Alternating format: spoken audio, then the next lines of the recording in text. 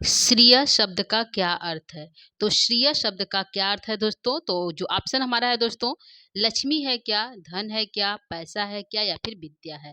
तो जो श्रिय शब्द आया है हमारा जो है शब्दार्थ की दृष्टि से, किससे दोस्तों? शब्दार्थ की दृष्टि से जो है श्रिय शब्द पूछा है क्या अर्थ है। तो आंसर हमारा हो जाएगा लक्ष्मी। क्या हो जाएगा? लक्ष्मी। तो इसी शब्दार्थ के प्रश्नोत्तरी में आप सभी का स्वागत और अभिनंदन है। मैं माला मैम आप सभी का स्वागत करती हूँ आज की प्रश्नोत्तरी में। तो प्रश्नोत्तरी हमारा किस टॉपिक पे है दोस्तों? तो किराता अर्जुनियम पे है, लेकिन यहाँ पे जो प्रथम सर के प्रमुख रूप से जो मुख्य रूप से शब्दार्थ है उस पे प्रश्नोत्तरी है। तो आइए हम लोग स्टार्ट करते हैं आज की प्रश्नोत्तरी। इसके साथ ही दोस्तों यदि आप हमारे चैनल पे पहली बार हैं तो चैनल को लाइक सब्सक्राइब शेयर अवश्य करिएगा। तो आइए हम लोग स्टार्ट करते हैं आज की प्रश्नोत्तरी और देखते हैं कि आप लोग शब्दार्थ की दृष्टि से आप लोग का कितना सही जाता है। ठीक है, तो यहाँ पे पहला प्रश्न हो चुका है, फिर भी देख लेते हैं। पूछा है श्रिय शब्द का क्या अर्थ है। तो आंसर हमारा हो जाएगा श्रिय शब्द का अर्थ हमारा यहाँ पे लक्ष्मी है। ठीक है, आइए दूसरे प्रश्न को लेते हैं। दूसरा प्रश्न है कि वृत्तिम शब्द का क्या अर्थ है। तो वृत्तिम शब्द है, उसका क्या अर्थ है। तो क्या है दोस्तों? व्यवहार है क्या, घबराना है क्या, मुस्कुराना या फिर हंसना। तो वृत्तिम शब्द का अर्थ होता है व्यवहार करना। क्या करना? व्यवहार करना। तो दूसरे प्रश्न का आंसर हमारा ए सही है, यानी पहला आंसर करेक्ट है दोस्तों। तीसरे प्रश्न को लेंगे। तीसरा प्रश्न है, यहाँ पे तीसरा प्रश्न है दोस्तों, वर्णलिंगी शब्द का क्या अर्थ है। तो वर्णलिंगी शब्द का क्या अर्थ है दोस्तों? ब्राह्मण है क्या, ब्रह्मचारी है क्या, साधु है क्या या फिर सन्यासी है। तो वर्णलिंगी शब्द का अर्थ पूछा, शब्दार्थ की दृष्टि से अर्थ पूछा है। तो आंसर यहाँ पे सही हो जाएगा हमारा तीसरे प्रश्न का बी आंसर करेक्ट, यानी दूसरा आंसर सही है दोस्तों। तो तीसरे प्रश्न का बी सही कर लीजिए। चौथे प्रश्न को लेंगे। चौथा प्रश्न है सपत्नी शब्द का क्या अर्थ है। सहपत्नी, ठीक है, शब्द का क्या अर्थ है। तो शौत है क्या, सोया है क्या, पत्नी है क्या या फिर सास है। तो सपत्नी शब्द का क्या अर्थ होता है। तो यहाँ पे आंसर हमारा हो जाएगा सपत्नी शब्द का अर्थ यहाँ पे जाएगा आंसर चौथे प्रश्न का पहला आंसर सही है। क्या है? चौथे प्रश्न का पहला आंसर सही है। सपत्नी शब्द का अर्थ है सौत। ठीक है, पांचवा प्रश्न लेंगे। पांचवा प्रश्न है मृषा शब्द का क्या अर्थ है। तो मृषा शब्द का अर्थ है मूस है क्या, झूठ है क्या, सत्य है क्या या फिर प्रिय है। तो मृषा शब्द का क्या अर्थ है दोस्तों? तो शब्दार्थ की दृष्टि से आंसर बताइए। यहाँ पे जो आंसर है हमारा पांचवें प्रश्न का आंसर जाएगा बी की तरफ। क्या है? मृषा शब्द का अर्थ होता है झूठ। ठीक है, क्या होगा? झूठ होगा। तो आंसर हमारा ये हो गया, बी आंसर सही है। यह वेरी इंपॉर्टेंट है, ध्यान रखिएगा। यह परीक्षा में पूछा गया प्रश्न है कि मृषा शब्द का क्या अर्थ है। तो आंसर बी सही है 5 नंबर प्रश्न का। क्या 6 की तरफ चलेंगे। प्रश्न संख्या 6 कह रहा है दोस्तों, द्विषाम शब्द का क्या अर्थ है। तो द्विषाम शब्द का क्या अर्थ है दोस्तों? मित्रों के, शत्रुओं के, परिवारों के या दुश्मन। तो द्विषाम शब्द का अर्थ पूछा है क्या है। तो यहाँ पे आंसर हो जाएगा हमारा प्रश्न संख्या 6 का आंसर जाएगा दोस्तों शत्रुओं के। द्विषाम शब्द का अर्थ होता है शत्रुओं द्वारा। ठीक है, शत्रुओं की। तो आंसर 6 नंबर प्रश्न का बी आंसर सही है दोस्तों। अगला प्रश्न है प्रश्न संख्या 7 का रहा है, विघात शब्द का क्या अर्थ है। तो विघात शब्द का क्या अर्थ है। यहाँ पे है विघात शब्द का क्या अर्थ है। तो 4 ऑप्शन है, बचाना है क्या, डुबाना है क्या, मारना है क्या या फिर छोड़ना है।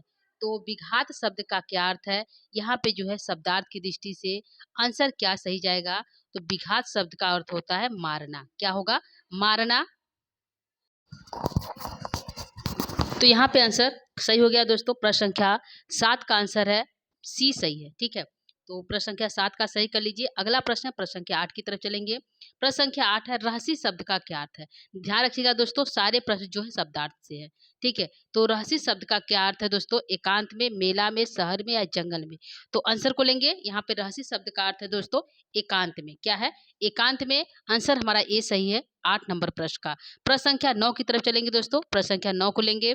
सौष्ठव शब्द का क्या अर्थ है। तो सौष्ठव शब्द का क्या अर्थ है दोस्तों? तो सुंदरता है क्या, सुंदर है क्या, मलिन है क्या या फिर गंभीर है। तो सौष्ठव शब्द का अर्थ यहाँ पे होगा हमारा दोस्तों क्या आ जाएगा आंसर। आंसर हमारा ए की तरफ जाएगा, यानी कि सुंदरता है। क्या है? सुंदरता। तो सौष्ठव यानी सुंदर वचन बोले। तो सौष्ठव शब्द का अर्थ है सुंदरता। तो 9 नंबर प्रश्न का आंसर जो है दोस्तों एक करेक्ट है। 10 प्रश्न को लेंगे। 10 प्रश्न कह रहा है दोस्तों अनुजीवी शब्द का क्या अर्थ है। तो अनुजीवी शब्द का क्या अर्थ है दोस्तों? मित्र है क्या, शत्रु है क्या, सेवक है क्या या फिर नौकर है। तो अनुजीवी शब्द का क्या अर्थ है दोस्तों? तो यहाँ पे आंसर हो जाएगा प्रश्न संख्या 10 का आंसर जाएगा सी की तरफ, यानी कि सेवक सही है। क्या है? सेवक सही है। तो आंसर 10 का सी करेक्ट है। प्रश्न संख्या 11 को लेंगे। प्रश्न संख्या 11 कह रहा है दोस्तों अमात्य शब्द का क्या अर्थ है? तो अमात्य का क्या अर्थ है दोस्तों? मंत्री है क्या, ब्रह्मचारी है क्या, साधु है क्या, या फिर सन्यासी है? तो अमात्य शब्द का क्या अर्थ है दोस्तों? तो यहाँ पे अमात्य शब्द का जो अर्थ है यहाँ पे जाएगा जो है आंसर हमारा हो जाएगा 11 नंबर प्रश्न का ए आंसर सही है। क्या है? ए आंसर सही है। तो 11 नंबर प्रश्न का ए सही कर लीजिए। अमात्य शब्द का अर्थ होता है मंत्री। ठीक है, तो ए सही है। 12 नंबर प्रश्न को लेंगे। दुर्बोध शब्द का क्या अर्थ है? तो दुर्बोध शब्द का क्या अर्थ है? बहुत कठिनाई से जानना, बहुत सरलता से जानना, आसानी से जान लेना, या उपयुक्त सभी। तो दुर्बोध शब्द का अर्थ यहाँ पूछा है। तो आंसर की तरफ चलेंगे दोस्तों। आंसर हमारा यहाँ पे हो जाएगा दुर्बोध, जिसको बहुत कठिनाई से जाना जाता है। ठीक है, तो यहाँ पे वनेश्वर कहता है दुर्बोध कहाँ राजा का चरित्र और कहाँ मुझते जो है जंतु का। तो अबोध और दुर्बोध, जिसको कठिनाई से जाना जा सके वह दुर्बोध, और मैं कैसा हूँ? अबोध हूँ। तो यहाँ पे आंसर बहुत कठिनाई से जिसे जाना जा सके वह राजा।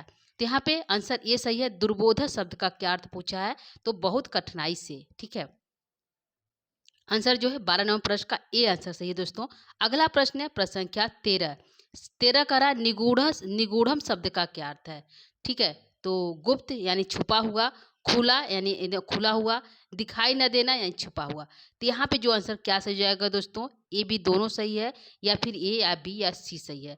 तो यहाँ पे जो है निगूढ़म शब्द का अर्थ होता है जो निगूढ़ है। क्या है? जो निगूढ़ है, जो दिखाई नहीं देता, यानी कि गुप्त छुपा हुआ। क्या हो जाएगा? निगूढ़म जो है, निगूढ़म मतलब जो छुपा हुआ रहस्य है उसको जो है जानकर आया था कौन? वनेचर। तो छुपे हुए रहस्य को जानने वाला कौन था? वनेचर। तो यहाँ पे पूछा निगूढ़ शब्द का क्या अर्थ है? तो गुप्त यानी कि छुपा हुआ। ठीक है, तो आंसर 13 का ए सही है। अगला प्रश्न है प्रश्न संख्या 14 का रहा है नववर्तम शब्द का क्या अर्थ है? तो नए वर्त शब्द का क्या अर्थ है दोस्तों? सरल मार्ग, नीति का मार्ग, कांटे का मार्ग, या जल मार्ग। तो नए वर्तम यानी कि नीति का मार्ग, यानी कि जो है वनेचर जो सब कुछ जानकर आया था, किस मार्ग से जानकर आया था? तो नए वर्तम यानी कि नीति के मार्ग से सब कुछ जानकर आया था। तो नए वर्तम शब्द का अर्थ पूछा, क्या हो जाएगा? तो नीति का मार्ग। क्या हो जाएगा? नीति का मार्ग। तो यहाँ पे 14 नंबर प्रश्न का आंसर जो है बी सही है। प्रश्न संख्या 15 को लेंगे। 15 कह रहा है दोस्तों दुरोदरह शब्द का क्या अर्थ है? तो दुरोदरह शब्द का क्या अर्थ है दोस्तों? पैसा है, धन है, जुआ है, या फिर खेल है। तो दुरोदर शब्द का अर्थ पूछा क्या है? तो यहाँ पे जो आंसर हमारा सही हो जाएगा 15 नंबर प्रश्न का क्या सही है? आंसर की तरफ चलेंगे दोस्तों। आंसर यहाँ पे कहता है कि यहाँ पे सी आंसर सही है। क्या है? सी आंसर सही। दुरोदरह जो है जुए में जीता हुआ, छद्म मतलब छल के द्वारा जो है अब कैसे जीतना चाहता है? नीति के मार्ग से जीतना चाहता है। क वह तस् दुर्योधन से। ठीक है, तो आंसर जाएगा जो है सी की तरफ 15 नंबर प्रश्न का। तो यहाँ पे 15 का सी सही है। अगले प्रश्न की तरफ चलेंगे। प्रश्न संख्या 16। 16 करा छद्म शब्द का क्या अर्थ है? तो छद्म शब्द का क्या अर्थ है दोस्तों? झूठ, छल, फल, या खेल। जो छद्म शब्द का अर्थ क्या है दोस्तों? जो है आंसर को लेंगे। यहाँ पे जो आंसर है छद्म शब्द का अर्थ पूछा है क्या है? तो आंसर की तरफ चलेंगे। आंसर हमारा जाएगा बी की तरफ। क्या जाएगा? बी की तरफ, यानी कि छद्म शब्द का अर्थ है छल। क्या है? छल। तो आंसर बी को करेक्ट कर लेते हैं। 16 नंबर प्रश्न को। प्रश्न संख्या 17 को लेंगे। 17 कह रहा है दोस्तों जिह्वम शब्द का क्या अर्थ है? क्या है? सरल है, कठिन है, कुटिल है, या फिर चालाक है। तो जिह्वम शब्द का अर्थ पूछा है यहाँ पे क्या है दोस्तों? तो प्रश्न संख्या जो है क्या है? 17। 17 क्या कर रहा है? यहाँ पे क्या आंसर हो जाएगा? जिह्वम शब्द का अर्थ है जो है आंसर जाएगा सी की तरफ। क्या है? सी है, यानी कि जीवम शब्द का अर्थ है कुटिल। ठीक है, तो 17वें प्रश्न का आंसर जो है सी करेक्ट है दोस्तों। प्रश्न संख्या 18 की तरफ चलेंगे। 18 क्या कह रहा है? ये आपके सामने है। क्या रहा है कि वरम शब्द का क्या अर्थ है? कह रहा है दोस्तों वरम शब्द का क्या अर्थ है? तो अच्छा है, झूठा है, बुरा, या श्रेष्ठ है। तो वरम क्या है दोस्तों? वरम क्या है? वरम शब्द का अर्थ है कि यहाँ पे आंसर जाएगा 18वें प्रश्न का आंसर डी, यानी कि श्रेष्ठ है। वरम क्या है? श्रेष्ठ है। तो क्या श्रेष्ठ है दोस्तों? विद्वानों से जो है शत्रुता करना श्रेष्ठ है, लेकिन जो है बुरे लोग से मित्रता करना जो है सही नहीं है। तो यहाँ पे क्या श्रेष्ठ है? विद्वानों से बैर लेना। तो यहाँ पे वरम शब्द का अर्थ पूछा है, क्या है? तो श्रेष्ठ है। क्या है? श्रेष्ठ है। तो 18 नंबर प्रश्न का आंसर जो है डी सही है दोस्तों। प्रश्न संख्या 19 की तरफ चलेंगे। 19 प्रश्न कह रहा है दोस्तों, नक्तम शब्द का क्या अर्थ है? पूछा है नक्तम शब्द का क्या अर्थ है? रात है, दिन है, दोपहर है, सुबह है। तो नक्तम मतलब रात, नक्तम मतलब रात, यानी कि 19 नंबर प्रश्न का आंसर ए की तरफ संकेत कर रहा है। तो आंसर ए सही है 19 नंबर प्रश्न का। 19 का ए सही कर देते हैं। 20 प्रश्न को लेंगे। 20 संख्या प्रश्न कर रहा है, तंद्रा शब्द का क्या अर्थ है? तो तंद्रा क्या होता है दोस्तों? सोना होता है क्या? पढ़ना होता है क्या? आलस्य होता है क्या? या फिर उपयुक्त सभी है? तो तंद्रा, तंद्रा किसने छोड़ दिया दोस्तों? तंद्रा यानी कि आलस्य को छोड़ दिया किसने? दुर्योधन है। किसने छोड़ा है? दुर्योधन ने। रात दिन नक्तम दिनम विभज, रात और दिन को बांट कर तंद्रा, तंद्रा यानी आलस्य को छोड़ दिया है। तो यहाँ पे जो आंसर हो जाएगा 20 नंबर प्रश्न का आंसर सी सही है। क्या है? सी सही है। तो यहाँ पे 20 प्रश्न हमारा कंप्लीट हुआ दोस्तों शब्दार्थ की दृष्टि से। जाइएगा मत, आगे कुछ और शब्दार्थ बाकी है। यहाँ पे जो आगे की जो शब्दार्थ है इसको हमने प्रश्नोत्तरी में कन्वर्ट नहीं किया, सीधे जो है शब्दार्थ को देखेंगे, क्योंकि समय कम है जिससे आप आसानी से सिर्फ शब्दार्थ को पढ़ सके। ठीक है, 20 प्रश्न सही हो गया। अब उसमें से 20 प्रश्न की प्रश्नोत्तरी में से आप बता सकते हैं कि 20 में से क्या आपके 20 शब्दार्थ के अर्थ आ रहे थे या कुछ गलत हुआ।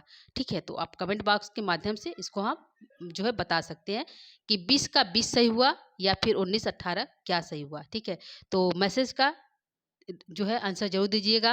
अब लेंगे हम जो है आगे की शब्दार्थ। तो इसको देखिए, हमने इसको प्रश्न में कन्वर्ट नहीं किया है क्योंकि इसमें समय ज़्यादा लगता है, और जो है जिससे कि आपके पास भी समय नहीं है, और जो है इसको आसानी से आप पढ़ सकते हैं, याद कर सकते हैं। जो है एक साथ शब्दार्थ है। यहाँ पे पहली शब्दार्थ है पद्मीम शब्द का क्या अर्थ है? तो पद्मीम शब्द का अर्थ पूछा है क्या है? तो आंसर लेंगे हम मार्ग। क्या है? मार्ग को। ठीक है, क्या होगा? मार्ग को।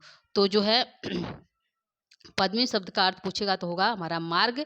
तो एक सही होगा। दूसरा हमारा है गतस्मय पद का क्या अर्थ है? तो गतस्मय शब्द का अर्थ है दुर्योधन का अहंकार चला जाना, यानी कि जिसका अहंकार चला गया वह क्या है? गतस्मय। ठीक है, तो पूछेगा गतस्मय शब्द का क्या अर्थ है? तो अहंकार चला जाना। ठीक है, संततम मतलब, संततम मतलब निरंतर, लगातार। क्या है?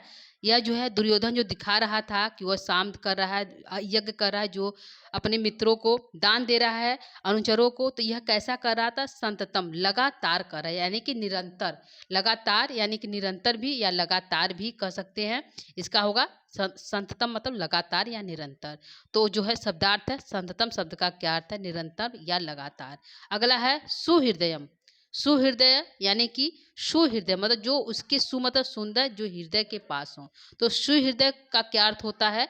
तो मित्र। क्या हो जाएगा दोस्तों? मित्र। सुहृदय मतलब जो उसका सुहृदयी है, मित्र है। तो चौथे का सुहृदय मतलब मित्र होता है। अगला है पांचवा विभज। विभज मतलब बांटना, बांट कर, यानी विभज मतलब विभाजन करना, बांटना। तो विभज कर दिया था क्या? नक्तम दिनों को। क्या किसको किया था? नक्तम और दिन को, रात और दिन का विभाजन कर दिया था। कौन? दुर्योधन है। तो यहाँ पे विभज शब्द का अर्थ हो गया बांट कर या बांटना। ठीक है, तो यहाँ पे जो है अर्थ हो गया, विभज शब्द का अर्थ हो गया बांट कर। अगला है त्रिगढ़। त्रिगढ़ शब्द से क्या बोध होता है? त्रिगढ़, जो है तीन गढ़। अर्थ, अर्थ जो है धर्म अर्थ काम। एक हमारा होता है मोक्ष। तो पुरुषार्थ के अंतर्गत चार होते हैं, धर्म अर्थ काम मोक्ष। तो यहाँ पे जो है त्रिगढ़ पूछा है, तो त्रिगढ़ के अंतर्गत जो है धर्म अर्थ और काम होता है। तो आंसर यह होगा त्रिगढ़ का क्या अर्थ है? तो तीनों अर्थ है, धर्म अर्थ और काम तीनों है। ठीक है दोस्तों, अगला हमारा है शब्दार्थ है निरंतयम, यानी कि निरंतयम मतलब जिसमें बाधा न हो, जिसमें कोई सी प्रकार का बाधा न पहुंचाए ऐसे कार्यों को। तो क्या करा? बाधा रहित।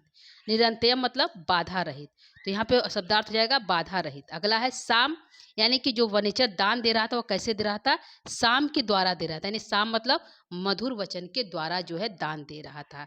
ठीक है, तो साम मतलब मधुर वचन होता है। तो यहाँ पे जो है दान साम, साम के बिना नहीं होता था। किसका? दुर्योधन है।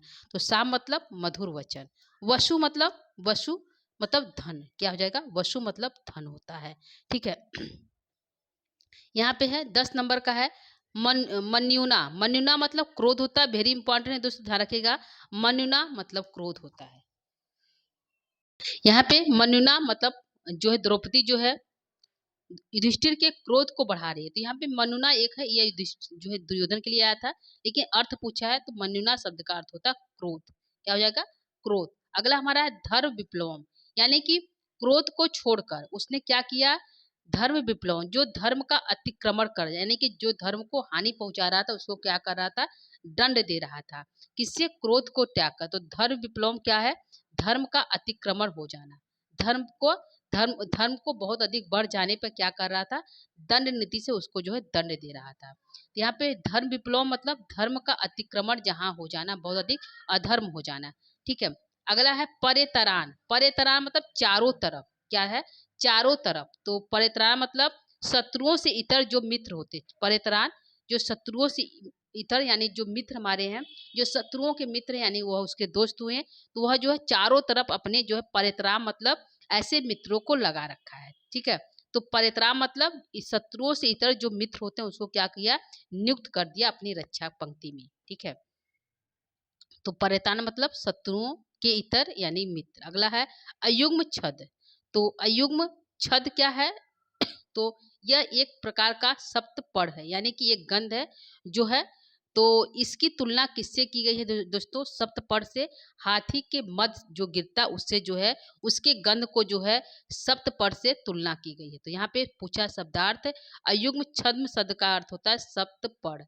सप्तपद क्या है? एक 7 पत्ती वाला जो है वृक्ष है, उससे बहुत तीक्ष्ण गंध निकलती है। तो यहाँ पे अयुग्म छद में क्या है? सप्तपद एक जो है पौधा है। अजीरम। अजीरम मतलब होता है आंगन। किसका आंगन? दुर्योधन का। तो अजीरम शब्द का अर्थ होता है आंगन। ध्यान रखिएगा, इंपॉर्टेंट है। अगला जो है आस्थान। आस्थान मतलब होता है सभा भवन में। तो हाथी कहाँ बंधे हुए थे? घोड़े कहाँ बंधे हुए थे दोस्तों? सभा भवन में। किसके? दुर्योधन के। वह सभा भवन कैसा था? आंगन। ठीक है। सभा भवन के आंगन में जो है बंधा हुआ था हाथी। तो अजिरम शब्द का अर्थ हुआ आंगन। आस्थान शब्द का होता है सभा भवन। दंती मतलब हाथी। दंती मतलब क्या होगा? हाथी। तो ये भी ध्यान रखिएगा, दंतिम शब्द का अर्थ होता है हाथी। इंपॉर्टेंट है। अगला है अकृष्ट पच्चिया, यानी कि जिसमें बिना परिश्रम के फल, यानी कि जिसमें ऐसा खेत, ऐसी भूमि जहाँ जो है बहुत जुताई इत्यादि न करने पर आसानी से फल जो है कृषि फल प्राप्त हो जाता था। तो यहाँ पे है अकृष्ट पच्चा, जिसमें बहुत अधिक परिश्रम न करना, बिना परिश्रम के ही फल प्राप्त हो जाना। ठीक है। तो ये जो अकृष्ट पच्चा यानी बिना परिश्रम के फल प्राप्त हो। अगला है मेदनी। मेदनी मतलब होता है पृथ्वी। क्या होता है? मेदनी। तो मेदनी शब्द का हुआ पृथ्वी। इंपॉर्टेंट दोस्तों, ध्यान रखिएगा, मेदनी मतलब पृथ्वी। अगला है संयति। संयति मतलब युद्ध में। क्या हो जाएगा? युद्ध में। अशुभी। अशुभी मतलब जो उनके धनुधारी थे वह क्या कर रहे थे? अशुभी, अपने प्राणों की बाजी लगाकर जो है दुर्योधन की रक्षा करना चाहते हैं। तो अशुभी शब्द का अर्थ होगा प्राणों से। क्या करता? प्राणों से ज्यादा जो है दुर्योधन को लोग चाहते थे। चरई मतलब उसकी गुप्त व्यवस्था। दुर्योधन की गुप्त व्यवस्था कैसी थी? चरई यानी उसके सचरई, चरई से जो है सब कुछ राजाओं को जान लेता था। तो यहाँ पे चरई शब्द का अर्थ होता है गुप्तचरों से। ठीक है। चरई शब्द का क्या अर्थ हुआ? सचरई चरई। तो चरई शब्द का अर्थ हुआ गुप्तचरों से। धाता मतलब ब्रह्मा। क्या है? धाता मतलब ब्रह्मा, यानी कि दुर्योधन सब कुछ जान लेता था, लेकिन ब्रह्मा की भांति दुर्योधन के फल प्राप्ति होने पर सब लोग जानते थे। तो यहाँ धाता शब्द आया था यहाँ पे एक श्लोक में। धाता शब्द का अर्थ होता है ब्रह्मा। ब्रह्मा के फल को लोग कब जानते हैं? जब वह कर देते हैं तब। उसी प्रकार तुलना की गई है ब्रह्मा के फल की तरह दुर्योधन की, कि दुर्योधन के इच्छाओं, उसकी फलों को लोग तब जानते थे जब वो कार्य कर लेता था तब। ठीक है। तो धाता शब्द का अर्थ हो गया ब्रह्मा। सज्जम। सज्जम मतलब डोरी। उसने कभी भी सजाए हुए, सज्जम मतलब सजाए हुए धनुष को नहीं उठाया था। तो सज्जम शब्द का अर्थ होता है डोरी चढ़ाना। चढ़ाना। ठीक है। अवारिड़ी। आ आवारिधि मतलब समुद्र पर्यंत। आवारी मतलब आ मतलब ढका हुआ, वारिधि मतलब समुद्र। समुद्र पर्यंत जो है इसका अर्थ हो गया आवारिधि। ठीक है। भिय। भिय मतलब विपत्तियां या डर। किसकी भिय? दुर्योधन की भिय थी। किससे डर रहा था? जो है युधिष्ठिर इत्यादि और अर्जुन इत्यादि से जो है वह डर रहा था। कौन?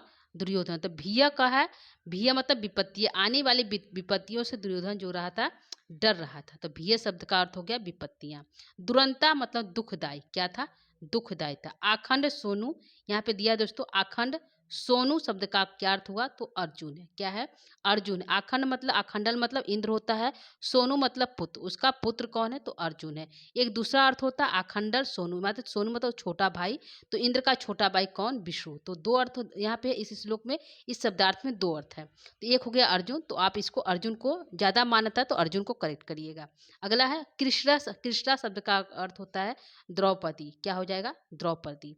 तो कृष्णा सदनम प्रवेश, कृष्णा सदन में प्रवेश करते युधिष्ठिर, तो कृष्णा सदनम से जो है द्रौपदी का बोध हुआ। द्रुपद, द्रुपद आत्मजा, तो द्रुपद की पुत्री, आत्मजा मतलब पुत्री होता है, द्रुपद मतलब द्रुपद राजा। तो द्रुपद की पुत्री को क्या कहा गया? द्रौपदी। क्या हो जाएगा? द्रौपदी। तो यहाँ पे शब्दार्थ है द्रुपद, आत्मजा का क्या अर्थ हो गया? द्रौपदी। ठीक है। अगला है उदाजहार। उदाजहार मतलब उसने उदाजहार वाणी को, वचन मतलब वाणी को बोला। कौन? द्रौपदी। तो उदाजहार मतलब बोली। प्रमदा मतलब नारी, उसने जो है प्रमदा मतलब क्या हो गया? नारी। दुरादय मतलब उसकी दुष्ट व्यथा, मानसिक व्यथाएं। तो किसकी दुष्ट मानसिक व्यथाएं? जो है द्रौपदी की। तो दुराधय शब्द का क्या अर्थ हुआ? दुष्ट मानसिक व्यथाएं। ठीक है। ठीक है, तो यहाँ पे हो जाएगा दुराधय शब्द का अर्थ क्या हुआ? तो दुष्ट मानसिक व्यथाएं। अगला हमारा है धामभी। धामभी मतलब तेज, धामभी मतलब तेज। ठीक है। मतंग, मतंग मतलब मतवाला। मतवाला क्या? हाथी। तो मतंग का शब्द हुआ उन्मत्त हाथी, यानी कि जो मतवाला हाथी। ठीक है। श्रंग, श्रंख मतलब माला। क्या हुआ? श्रंग, श्रंग होगा, श्रंग मतलब माला। ठीक है। अगला हमारा है इशु। इशु शब्द का अर्थ होता है बाढ़। तो इंपॉर्टेंट है दोस्तों, ध्यान रखिएगा। इशु शब्द का अर्थ और श्रृंग शब्द का अर्थ क्या हो गया? माला। ठीक है। तो इशु मतलब बाढ़ होता है। निश्चित मतलब निश्चित मतलब, निश्चित मतलब तीक्ष्ण। क्या होगा? जो तीक्ष्ण बाढ़ आकर खुले हुए अंगों में लग जाते हैं। तो निश्चित शब्द का अर्थ हो गया तीक्ष्ण। अगला है कुलजाम। कुलजाम मतलब जो युधिष्ठिर को जो धन पृथ्वी जो मिला था, कैसे मिला था? कुल परंपरा से मिला था। ठीक है। तो कुलजाम मतलब कुल परंपरा से प्राप्त लक्ष्मी या धन या पृथ्वी। तो कुलजाम मतलब जो कुल परंपरा से प्राप्त हो। ठीक है। तो यह हमारा हो जाएगा कुलजाम मतलब कुल परंपरा से प्राप्त। उच्छिंक मतलब उच्छिका मतलब ऊपर उठी लपटी। तो आग, आग की लपटें कहाँ जाती है दोस्तों? ऊपर उठती हैं। तो उच्छिका मतलब ऊपर उठी हुई लपटें। ठीक है। अबद्ध मतलब अबद्ध किसके लिए आया था? अबद्ध जो शब्द है वह युधिष्ठिर के लिए आया था। अबद्ध कोपा यानी जिसका कोप यानी क्रोध जो बधा न हो, यानी कि जिसका क्रोध दिखाई दे। तो जो बाज न हो, अबद्ध मतलब जो बाज न हो, यह अर्थ होता है। लेकिन यहाँ पे जो है अर्थ आया था अबद्ध कोपा, जो जिसका कोप बद्ध न हो, बधा न हो, यानी कि खुला हो, यानी कि वो क्रोधित करे सामने वाले पर, जो उसका फल प्राप्त हो। अबद्ध मतलब जिसका फल प्राप्त हो क्रोध करने पर, वह होता है जो होता है जो बाज न हो, यानी कि जिसका कोई ना कोई फल प्राप्त होता है। अबद्ध मतलब जो बाज न हो, यानी कि फल प्राप्त होता है। तो क्रोध करने पर क्या होगा? कुछ न कुछ फल प्राप्त होगा। तो यह हो जाएगा अबद्ध मतलब जो बाज न हो। ठीक है।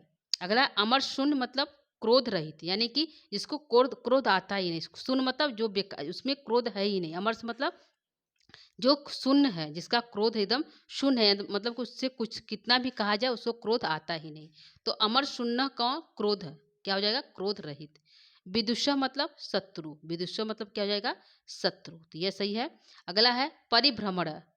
परिभ्रमण मतलब भ्रमण करता हुआ। परिभ्रमण कौन था? तो ललित जो है चंदनम, जो है भीम विकोदर है। तो परिभ्रमण होता है भ्रमण करता हुआ। क्या हो जाएगा? भ्रमण करता हुआ। अगला है अंतरगिरी। अंतरगिरी मतलब पर्वतीय प्रदेश में। तो पर्वतीय प्रदेश में कौन भ्रमण कर रहा था? विकोदर है। अयम विकोदर है। तो परिभ्रमण यानी भ्रमण करता हुआ। कहाँ भ्रमण कर रहा था? अंतर गिरी यानी पर्वतीय प्रदेशों में। तो अंतरगिरी मतलब पर्वतीय, पार्वती प्रदेश। परिभ्रमण मतलब भ्रमण करता हुआ। अगला है बिकोदरा। बिकोदरा मतलब जो है भीम। क्या है? बिकोदरा मतलब यहाँ पे क्या हो गया? भीम है। ठीक है, ध्यान रखिएगा। अगला धनंजय किसके लिए आया था? जो धन को अर्जित कर कर ला रहा था, उसको क्या कर रहा था? धनंजय।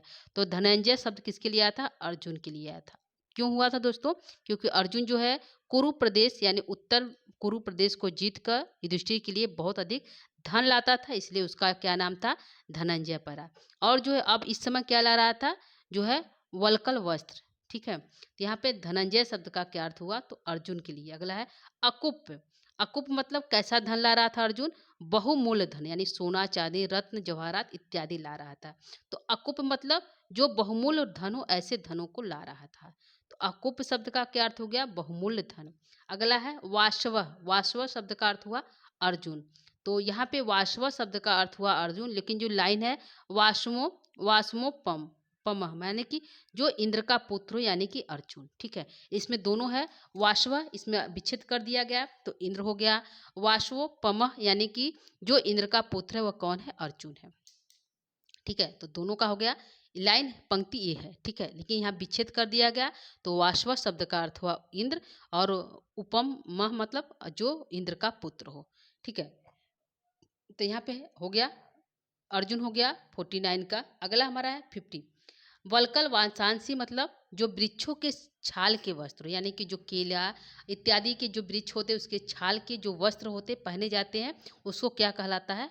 वल्कल जो है वल्कल वस्त्र यानी कि वृक्षों के छाल के वस्त्र। तो अर्जुन अब क्या ला रहा था? वल्कल वस्त्र। अगला है विश्वक मतलब सब ओर से। विश्वक मतलब सब ओर से मतलब घेरे हुआ था, तो विश्वक मतलब सब ओर से। अगला है कचा चितऊ। कचा चितऊ मतलब यहाँ पे जो है